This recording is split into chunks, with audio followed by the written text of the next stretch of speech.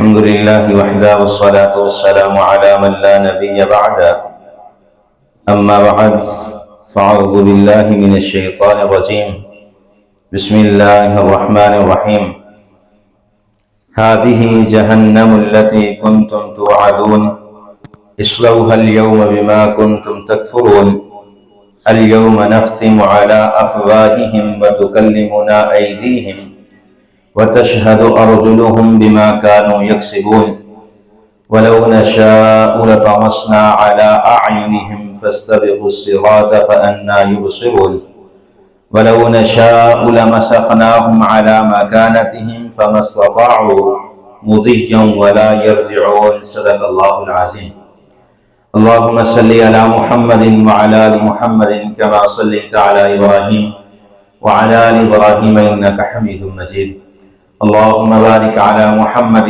وعلى آل محمد كما باركت على إبراهيم وعلى آل إبراهيم إنك حميد مجيد۔ ہر قسم کی حمد و ثنا اللہ وحدہ لا شریک کی ذات کے لیے، کروڑہ درود و سلام امام الانبیاء جناب محمد رسول اللہ صلی اللہ علیہ وآلہ وسلم کی ذات اقدس پر۔ مختصر حمد و ثنا کے بعد سورہ یاسین آیت نمبر 63، 64، 65، 66 اور 67 ہے۔ ان آیات میں اللہ رب العالمین نے جہنم اور حساب و کتاب کے معاملات کے متعلق، گواہیوں کے متعلق جو ہے اللہ رب العالمین نے ذکر فرمایا ہے۔ پچھلی آیات میں ہم جنت کی نعمتوں کے متعلق پڑھ رہے تھے۔ آج کی آیت میں اللہ رب العالمین فرمائیں گے اصلوها اليوم بما کنتم تکفرون، یہ ہے وہ صلہ آج کے دن جس کا تم انکار کرتے تھے، یعنی وہ لوگ جو آخرت کے دن کا انکار کرتے تھے ان کے لیے اللہ رب العالمین یہ اعلان کریں گے کہ هذه جہنم التي کنتم توعدون، یہ وہ جہنم ہے جس کا تم سے وعدہ کیا گیا ہے، اصلوها اليوم بما کنتم تکفرون، کہ یہ وہ صلہ ہے آج کے دن جو تم انکار کرتے تھے۔ اليوم نختم على افواہہم، آج کے دن تمہارے منہوں پر مہریں لگا دی ہیں، وتکلمنا ایدیہم، اور کلام کریں گے تمہارے ہاتھ، وتشہد ارجلہم، اور تمہارے پاؤں گواہی دیں گے، بما کانوا یکسبون، جو تم کرتے رہے۔ ولو نشاء لطمسنا على اعینہم فاستبقوا الصراط فأنى يبصرون، اور اگر ہم چاہیں تو تمہاری آنکھیں بند کر دیں اور تم راستے کی طرف آگے نہ بڑھ سکو گے، نہ تم کچھ دیکھ سکو گے۔ وَلَوْ نَشَاءُ، اور اگر ہم چاہیں لَمَسَخْنَاهُمْ، مسخ کر دیں تمہارے چہروں کو، عَلَى مَكَانَتِهِمْ، اسی جگہ پر، فَمَا اسْتَطَاعُوا، بس تم طاقت نہیں رکھو گے، مُضِيًّا وَلَا يَرْجِعُونَ، نہ آگے جانے کی نہ پیچھے مڑنے کی۔ ان آیات میں اللہ رب العالمین نے سب سے پہلی بات هَذِهِ جَهَنَّمُ الَّتِي كُنْتُمْ تُوعَدُونَ، یہ ہے وہ جہنم جس کا تم سے وعدہ کیا گیا ہے۔ نبی مکرم جناب محمد رسول اللہ صلی اللہ علیہ وسلم نے فرمایا کہ قیامت والے دن جہنم کو پیش کیا جائے گا۔ جہنم اس حالت میں ہوگی کہ اس جہنم کی 70,000 لگام ہوگی، ہر لگام کو پکڑنے والا 70,000 فرشتہ ہوگا، پھر بھی یہ ان فرشتوں کی قابو سے باہر ہوتی جائے گی۔ اللہ رب العالمین جہنمیوں کو اس میں پھینکتے جائیں گے، یہاں تک کہ نبی مکرم جناب محمد رسول اللہ صلی اللہ علیہ وسلم نے فرمایا کہ جہنم اللہ سے کہے گی اللہ میرا پیٹ خالی ہے اور لوگوں کو بھیج، یہاں تک کہ اللہ اپنی ایڑی رکھ کے جہنم کا منہ بند کر دیں گے۔ حدیث میں آتا ہے کہ نبی صلی اللہ علیہ وسلم نے فرمایا کہ جہنم اتنی دردناک اور اتنی سخت ہوگی، اس کے جو فرشتے ہوں گے ان کی شکلیں بڑی کمی ہوں گی، انسان دیکھ کر ان کو گھبرا جائے گا۔ تو اس وقت جو ہے اللہ رب العالمین فرمائیں گے هَذِهِ جَهَنَّمُ الَّتِي كُنْتُمْ تُوعَدُونَ، یہ وہ جہنم ہے جس کا تم نے ہمیشہ انکار کیا۔ کہتے تھے کہ دنیا میں زندگی ہے ایک روٹین کے ساتھ، انسان کی پیدائش، پھر مر کے مٹی کے ساتھ مٹی ہو جانا، دوبارہ کس کو زندہ کیا جانا ہے، کس کو جہنم میں پھینکا جانا ہے، یہ دنیا کے معاملات یہیں ختم ہو جائیں گے۔ اصلوها اليوم بما كنتم تکفرون، اور اللہ فرمائیں گے آج کے دن جو ہے یہ صلہ ہے جو تم انکار کرتے تھے، یعنی جب جہنم میں ڈالا جائے گا تو اس وقت جو ہے انسان انکار نہیں کر سکے گا۔ نبی صلی اللہ علیہ وسلم نے فرمایا قیامت کا دن ایک شخص کو اللہ کے سامنے لایا جائے گا، اللہ رب العالمین سب سے پہلے اسے اپنے نعمتوں کا تعارف کروائیں گے، کیا میرے بندے، کیا میں نے تمہیں دنیا کی زندگی نہیں عطا فرمائی؟ وہ کہے گا جی اللہ مجھے عطا فرمائی ہے۔ پھر نبی صلی اللہ علیہ وسلم فرماتے ہیں کہ اللہ پوچھیں گے کیا تجھے میں نے صحیح سلامت پاؤں نہیں عطا فرمائے؟ کیا تمہیں میں نے ٹانگیں صحیح سلامت نہیں عطا فرمائی؟ کیا ہاتھ صحیح سلامت نہیں عطا فرمائے؟ کیا تمہاری سماعت، نظر، سونگھنے کی طاقت، بولنے کے لیے زبان، چکھنے کے لیے زبان اور سمجھنے کے لیے ذہنی توازن دماغ اور دل بالکل صحیح نہیں عطا فرمائے؟ تو انسان کہے گا اللہ سب کچھ تو نے عطا فرمایا، زندگی میں تندرستی عطا فرمائی، جسم کے اعضاء صحیح سلامت ہے۔ تو اللہ فرمائیں گے میرے بندے کو ایک ایسا عمل کو بتا کہ جس عمل کی وجہ سے آج تجھے میں جنت میں بھیج دوں۔ تو انسان جو ہے اس وقت جھوٹ بولے گا، اے اللہ میں نے نیکیاں کی، اے اللہ میں نے تیری فرما برداری کی۔ تو اللہ رب العالمین فرمائیں گے کہ اللہ میں نے نیکیاں کرتا رہا لیکن آج تو مجھے جہنم میں کیوں پھینکے گا؟ تو اللہ رب العالمین نے پھر یہ بات بیان فرمائی کہ الیوم نختم علی افواہہم، آج تمہارے منہ پر مہریں لگا دی جائیں گی۔ اس دن جو ہے انسان جھوٹ بولے گا، اے اللہ میں تو نیکیاں کرتا رہا۔ دوسرے شخص کو بلایا جائے گا، بتاؤ بھی اس نے نیکی کی؟ نہیں اللہ اس نے میرے ساتھ ظلم و زیادتی کی۔ اے اللہ میں اس کا ہمسایہ تھا، میرے ساتھ زیادتی کرتا رہا۔ اے اللہ میں اس کے ساتھ کام کرنے والا تھا، اے اللہ اس نے میری حق تلفی کی ہے۔ اے اللہ اس نے فلاں موقع پر مجھے گالن گلوچ کیا، اے اللہ فلاں موقع پر اس نے ظلم کیا، اے اللہ میری جائیداد کو ہڑپ گیا، میرے کاروبار میں اس نے فراڈ کیا۔ تو یہ شخص کہے گا اللہ یہ تو جھوٹ بولتا ہے۔ اللہ فرماتے ہیں کہ بتاؤ پھر تمہارا گواہ کون ہے؟ یہ شخص کہے گا اللہ میرے نفس کے علاوہ میرا کوئی گواہ دنیا میں موجود نہیں ہے۔ تو اللہ فرمائیں گے پھر تیرے نفس سے ہی پوچھ لیا جائے گا۔ تو اللہ رب العالمین فرماتے ہیں الیوم نختم علی افواہہم، اب تمہاری زبان پر تالا لگا دیا گیا ہے، منہ بند کر دیا گیا ہے۔ تو اللہ رب العالمین فرماتے ہیں وتکلمنا ایدیہم، پھر کلام کرے گا انسان کا ہاتھ، اور اللہ رب العالمین فرماتے ہیں وتشہد ارجلہم، اور گواہی دیں گے تمہارے پاؤں۔ حدیث میں آتا ہے نبی صلی اللہ علیہ وسلم نے فرمایا کہ سب سے پہلے انسان کی بائیں ران سے جو ہے وہ گواہی لی جائے گی۔ بائیں ران بول کر بتائے گا، ہاتھ بول کر بتائیں گے، جسم کا ہر اعضاء جس طرف چل کے گیا پاؤں بتائیں گے، ہاتھ سے جو کام کیا ہاتھ بتائے گا، انسان کا اپنا جسم ہی گواہی دے گا۔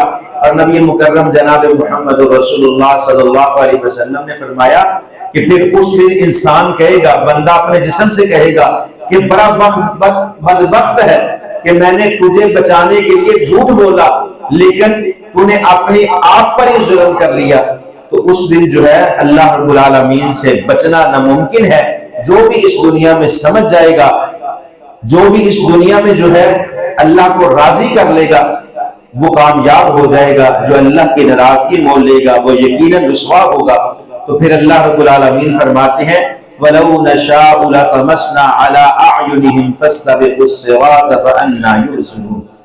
اللہ فرماتے ہیں میرے لیے مشکل نہیں تھا کہ دنیا میں جب تو کسی کے ساتھ زیادتی کرتا تھا، دنیا میں جب تو کسی کے ساتھ ظلم کرتا تھا، دنیا میں جب تو کسی کی حق تلفی کرتا تھا، دنیا میں جب تو کسی کے ساتھ فراڈ کرتا تھا، جھوٹ بولتا تھا، شراب پیتا تھا، زنا کرتا تھا، اللہ فرماتے ہیں میرے لیے مشکل نہیں تھا کہ میں تمہاری نظر کو بند کر دیتا، نبینا کر دیتا، تمہاری نظر باندھ دی جاتی۔ تو اللہ فرماتے ہیں فَاسْتَبِقُوا الصِّرَاطَ فَأَنَّىٰ يُبْصِرُونَ، پھر نہ تو تم دنیا میں دیکھ سکتے تھے اور نہ ہی کسی طرف تم اپنے چہرے کو لے کر جا سکتے تھے، نہ راستہ دیکھ سکتے تھے۔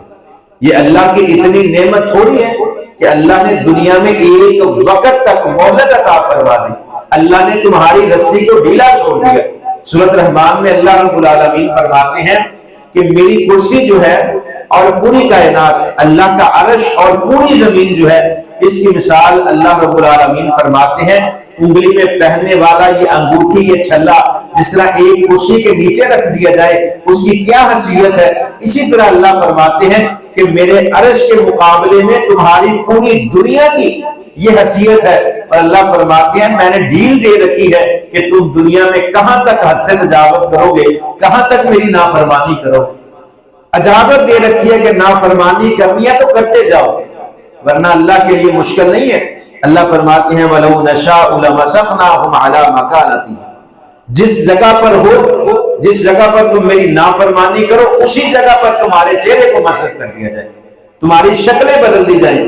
اللہ نے کتنے لوگوں کی شکلیں بدلی، بندر، سور اور خنزیر جیسے شکلیں کر دی۔ تو اللہ کے ہاں یہ مشکل کام نہیں کہ انسان نافرمانی کرے اور اللہ اس کی شکل نہ بدلے، لیکن یہ اللہ کی رحمت ہے کہ اللہ نے ہمیں اتنا پیارا پیدا فرمایا۔ لَقَدْ خَلَقْنَا الْإِنسَانَ فِي أَحْسَنِ تَقْوِيمٍ، اتنی پیاری صورت عطا فرمائی اللہ رب العالمین نے، اتنے پیارے نین نقش عطا فرمائے کہ انسان ہی انسان کا دیوانہ ہو جاتا ہے۔ اللہ نے اتنی کشش اور اتنی خوبصورتی انسان میں رکھی، لیکن اس کے باوجود کبھی انسان نے سوچا ہی نہیں کہ اللہ نے مجھے اس دنیا میں پیدا کیوں کیا ہے۔ اللہ کے پیدا کرنے کا مقصد ہے، اللہ فرماتے ہیں انسان اور جنات کو پیدا کرنے کا مقصد میری عبادت کرنا ہے، مجھے راضی کرنا ہے۔ پوری کائنات میں جتنی نعمتیں ہیں اللہ رب العالمین نے انسان کے لیے پیدا کی، اور صرف انسان اپنے لیے پیدا کیا ہے کہ میری عبادت کرے۔ اللہ کے ہاں مشکل نہیں کہ اللہ نے جو حرام چیزیں آپ کو دی ہے نا، کہ فلاں چیز جو ہے وہ حرام ہے، فلاں چیز حرام ہے، فلاں حرام ہے، اللہ کے لیے مشکل نہیں تھا، اسی نے پیدا کیا ہے۔ وہ چاہتا کہتا ہر چیز حلال ہے تمہارے لیے، لیکن اللہ نے تمہیں پرکھنا ہے، اللہ نے تمہیں دیکھنا ہے کہ کیا یہ میری بات مانتے ہیں کہ نہیں مانتے۔ مشکل نہیں تھا کوئی چیز بھی، اللہ ہر چیز حلال کر دیتے دنیا میں۔ آپ کے لیے نمازوں کو بھی چھوڑ دیا جاتا، روزے بھی چھوڑ دیے جاتے، نہ حج عمرے نہ زکوٰۃ کی کوئی پابندی لگائی جاتی۔ اللہ کے لیے کوئی مشکل کام نہیں تھا، لیکن صرف دیکھنا پرکھنا جو ہے، جیسا نبی مکرم صلی اللہ علیہ وسلم نے اپنے سینے کی طرف 3 دفعہ اشارہ کر کے فرمایا التقوی ہا ہونا، التقوی ہا ہونا، التقوی ہا ہونا۔ تقوی دل کے اندر ہوتا ہے، انسان کے دل کے اندر تقوی ہے۔ نبی صلی اللہ علیہ وسلم نے فرمایا بندے کا دل اللہ کی انگلیوں کے درمیان ہے، جس طرف چاہے اسے موڑ دے۔ اللہ کے لیے مشکل کام کوئی چیز نہیں، لیکن اللہ دیکھنا چاہتے ہیں کہ میرا بندہ ہے کتنا میرے قریب ہوتا ہے، میری چاہت میں اپنی خواہشات کو قربان کرتا ہے، میری چاہت میں، میری محبت میں اللہ اور اس کے رسول کے احکامات کو مانتا ہے۔ صرف اللہ کو اتنی چاہیے۔ اللہ نے فرمایا تم قربانی کرتے ہو، نہ تمہارا گوشت، نہ ہڈیاں، نہ خون، نہ چمڑا، کوئی چیز اللہ تک نہیں پہنچتی، اگر پہنچتا ہے تو صرف تقویٰ ہے۔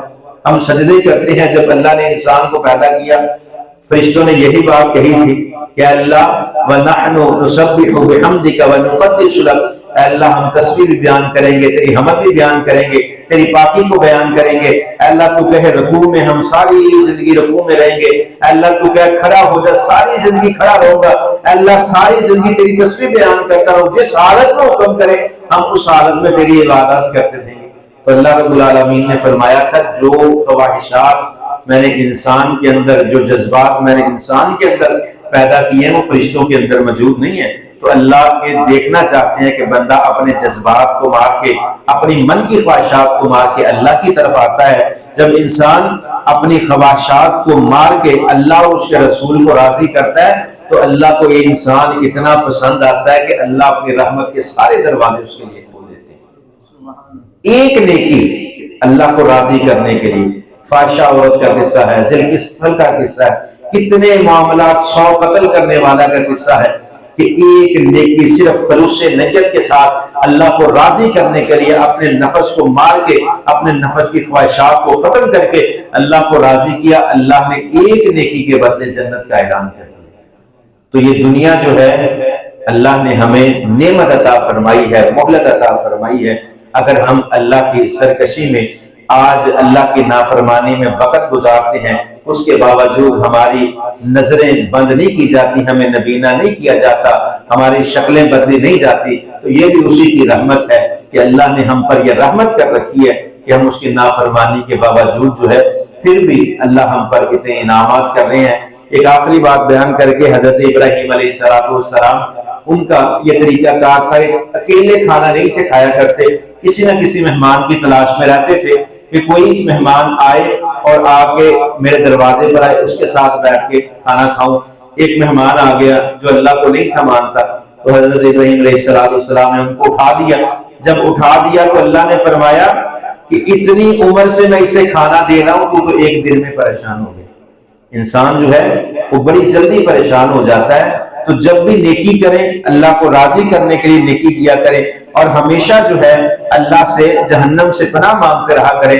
نبی صلی اللہ علیہ وسلم نے فرمایا کہ جو شخص ایک دن میں اللہ سے جہنم سے پناہ مانگتا ہے، جہنم خود اس کے لیے دعا کرتی ہے کہ اللہ اسے جہنم سے نجات عطا فرما دے۔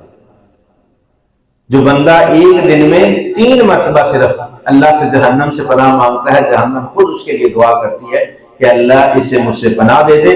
اور جو شخص 3 مرتبہ اللہ سے جنت کا سوال کرتا ہے تو جنت اس کے متعلق دعا کرتی ہے کہ اللہ اسے مجھے داخل فرما دے۔ بڑا آسان نسخہ ہے کہ 3 مرتبہ جنت کا سوال کرو، اللہم انی اسألک جنت الفردوس، 3 مرتبہ یہ دعا پڑھو، اللہ تعالیٰ جنت میں داخل فرما دیں گے۔